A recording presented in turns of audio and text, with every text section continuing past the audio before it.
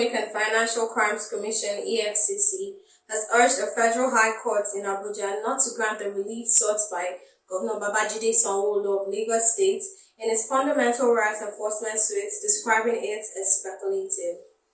The EFCC, in its counter-affidavit in opposition to Sanwo-Olu's originating summons, told Justice Joyce Abdul-Malik that the governor's action in the instant suit is a mere conjecture.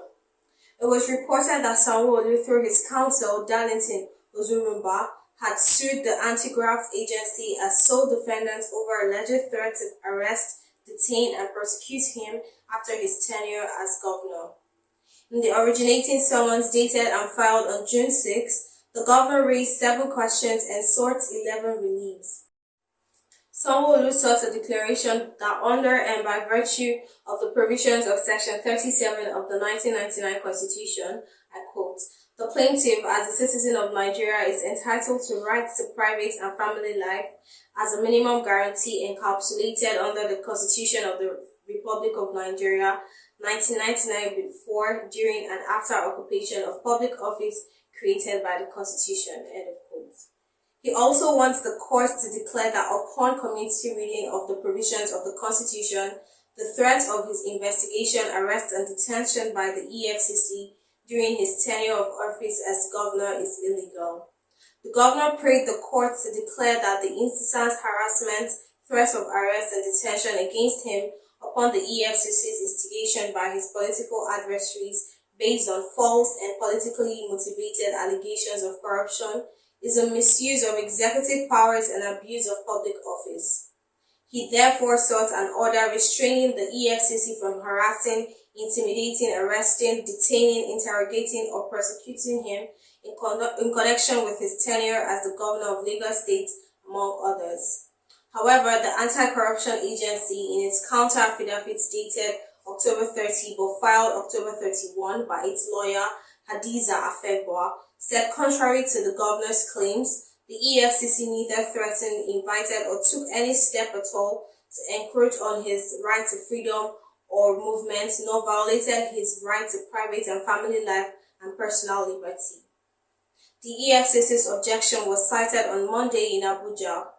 In the application, Ufoma Ezire, a superintendent and a litigation secretary in the Legal and Prosecution Department of EFCC, who deposed to the counter-affidavit, averred that he was very conversant with the facts of the case. According to him, that I have the authority, consent, and permission of the defendant to dispose to this counter-affidavit, I quote, "that I have read and understood the plaintiff's affidavit in support of the originating summons, and I hereby state that the depositions in paragraph 4, 5, 6, 7, and even 8 are not true and a calculated attempt to mislead the Honorable Court." The official said the commission was not investigating the governor and had never invited him or threatened to arrest any member of his staff, domestic or otherwise. "That I know as a fact that the defendant invites members of the public for interview, interrogation, or any engagement via a written invitation, phone calls, or text messages by any of his officers who shall introduce himself or herself by name, rank, designation, and section to enable the invitee trace the officer easily. That the action of the plaintiff in this case is mere speculation, as there is no petition or any intel gathered before the defendant to warrant the men and officers of same to invite, threaten to arrest the plaintiff at the moment. That it will be in the interest of justice to refuse the relief sought by the plaintiff, Ezire said.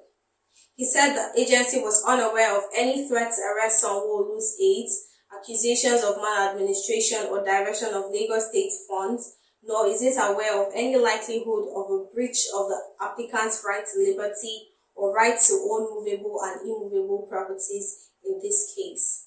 It was also reported that when the matter was called for mention on October 29, Ozurumba, who appeared for the governor, informed the court that he had withdrawn the earlier originating summons filed and replaced it with a new one. The lawyer said the anti-graft agency had been duly served with the latest court documents. However, EFCC's counsel, Hadiza Afegwa, said she was yet to see the latest documents. Besides, the proof of service of the processes was not in the court's file, and Justice Abdul Malik had adjourned the matter until November 26 from further mention.